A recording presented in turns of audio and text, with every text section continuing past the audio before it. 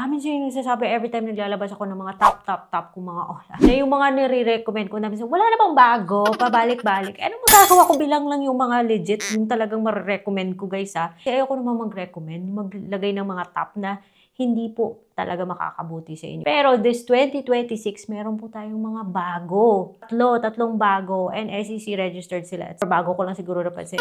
So, i-share ko sila sa inyo just in case you are not yet aware na nag-i-exist sila guys. I-share ko na lang yung naging experience ko, yung mga basic things that you need to know about this app. So, if you wanna know about them, then keep watching. Hello everybody, welcome back to another vlog. It's Ate Red here. Dito, Ola po yung pinag-uusapan, legit man o hindi, because yung layunin ko is financial literacy and mapakita sa inyo kung yung anong mga loan apps ang pwedeng lapitan, pwedeng hindi. And ngayon naman sa video na to, ano po yung mga bagong loan apps na launch, or at least napansin ko this 2022. I'm sorry, kailangan kong hawakan yung microphone. Ano ba yung mga bagong loan apps na nalalaunch this 2026 or napansin ko? Don't worry guys, they're SEC registered, CIC reporting, so makakatulong to sa credit history natin or may benefit yung pagiging good payer. By the way guys, may isisingit lang ako. Kasi nyo na pag nag-eyeglasses ako, may glare and I personally sometimes get distracted sa glare na yan. So, I wear contact lenses and I buy them from EO Optical kasi most of the time, available po yung grade yung prescription, yung grade ng mata ko. But you can also buy these, bet ko yung mga contact lenses sa EO. So, that's why for this particular lens na gamit ko, ayan, meron tayong product link dyan. Usapan na natin yung tatlong loan apps na na-launch or napansin ko this 2026. And the first one is yung Grab Loan.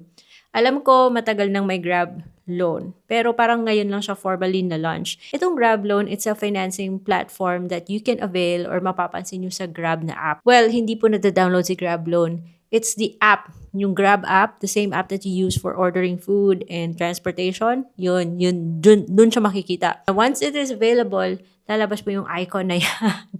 Ayan. Or si Grab mismo magte-text sa'yo or magno-notify sa'yo through in-app notifications na pwede mo na siyang i-activate or i-avail. With Grab Loan, you can get up to 50,000 pesos na credit limit. Depende yan kay Grab, sa assessment ni Grab kung magkano yung i-offer sa'yo. And monthly po yung installments. So yung sa akin, I was given a 10,000 credit limit and 3 months to pay siya. Now, yung tricky lang apart is kung paano siya pagbayad kasi when you activate or when you claim the loan, magtatanong siya kung saan mo gustong ipa-auto-pay. And dapat funded yung account na ipapa-auto-pay mo sa kanya or else Grab will choose the next payment option na nasa Grab app nyo. I think that's how I understand it. So, pinili ko si GCash. So, bago mag-due date, ayan, nakalagay naman yan sa loan agreement kung when yung due date. So, huwag niyong kalimutan, tandaan nyo lang, dapat may laman po. In my case, it's my GCash. Dapat may laman kasi automatic niya pong ikakaltas yun. So, kailangan mo tapusin yung loan bago ka makapag-loan ulit. So, paano magkaroon?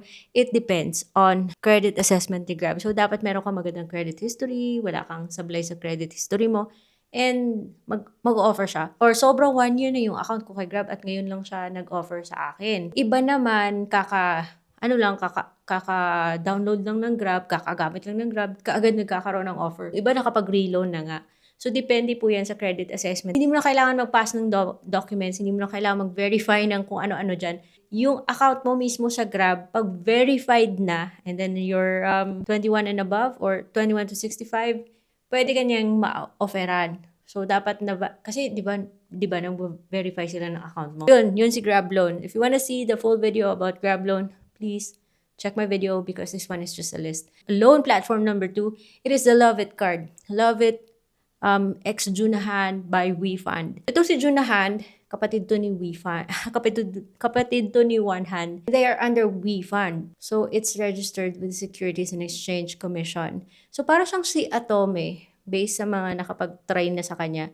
And you can get up to 200,000 pesos na credit limit. Kasi meron siyang access card. So, pwede siyang online, offline. Meron siyang access. Para siyang credit card, pero iba siya. Kasi iba rin yung kanyang structure ng kanyang payment structure, yung interest niya. It has a partnership with AUB. So, medyo seryoso to ha. Hindi to yung paola-ola. But it has an app where you can control your credit limit and the way you use it. And it also has a card. So, yun nga, parang nga siyang si Atome or si Salmon Credit, I guess. With I think an interest that's lower than Salmon Credit. It was formally launched, I think, end of February. And marami-rami na rin yung meron ha. Unfortunately, ako, reject ako. Pag ni-reject ka, kailangan mo mag-apply again after 30 days. Sayang. So, I think hindi ako ma-approve nito because AUB yung kanyang partner and always hindi ako approve kay Atome. So, parang dito ganun din. So, magtataka ako, bakit? May one hand ako, may TikTok ako, bakit hindi ako na-approve kay Loveit? Dahil magkaiba po yung kanilang credit assessment. Try nyo lang and just prepare your valid IDs. Ito po yung mga IDs na tinatanggap ng loan app na to. Ayan po. Marami-rami.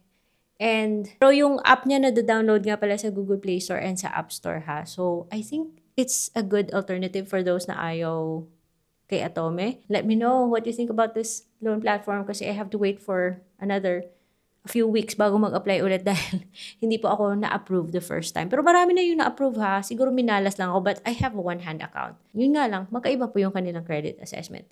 So let's go to the last but not the least na platform. And that is, drum roll naman dyan. Charot! Ako Lako by Street Corner. So ito si Ako Lako, I think kilala siya because siya yung provider ni TikTok Pay Later or TikTok Cash loan.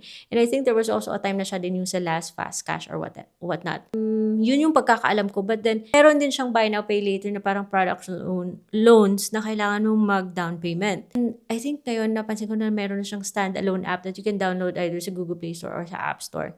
So, yung pag-apply is napaka-simple lang naman pero medyo tricky siya kasi ilang beses ako nag-try, ayaw niyang tanggapin yung ID ko kasi it does not match daw something which I doubt.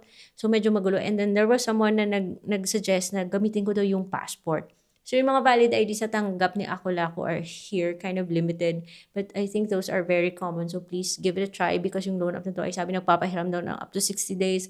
Buong natatanggap, mababa lang yung interest. And then monthly po yung bayad, hindi po 7 days. So that's why kailangan natin tong bantayan si Ako Lako na to kasi hanggang application lang ako guys dito kay Ako Lako. So, if you want to see the full video kung paano mag-apply, please go to the links that I've included in the description box because it's just a list. Sabi ko sa inyo, ito yung mga legit na mga napansin ko mga loan apps na I think formally na-launch or formally ko napansin. This 2026. But hey, you ask for bagong loan app, hindi ko naman sinabi na na-approve ako.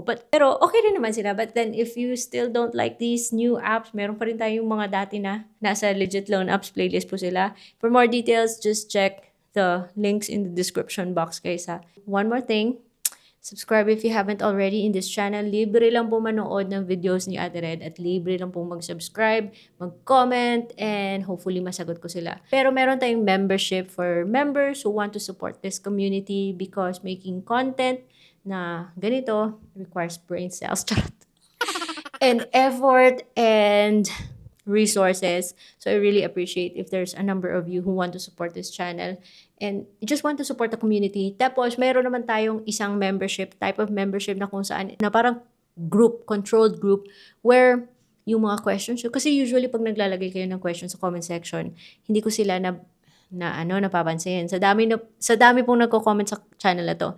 And I want to have a focus group kung saan na-discuss po natin. Nasi-share ko talaga yung aking mga deep ideas, deep opinion, charot.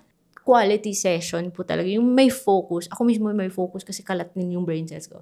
So, if you wanna join that group, of course, it's just, walang pilitan. You can cancel anytime. But at least, guys, para tayo nagkape at nag-get together para pag-usapan natin yung mga burning questions nyo about Ola. Of course, it will be based on my personal experience, but I'd like to help you out on this. Pero, kung ayaw nyo, it's okay. I'm really very happy na nga na nag-subscribe kayo at patuloy kayo nanonood ng videos ko. Drama S, char. Anyways, guys, thank you so much for watching. I will see you on my next vlog. Bye-bye.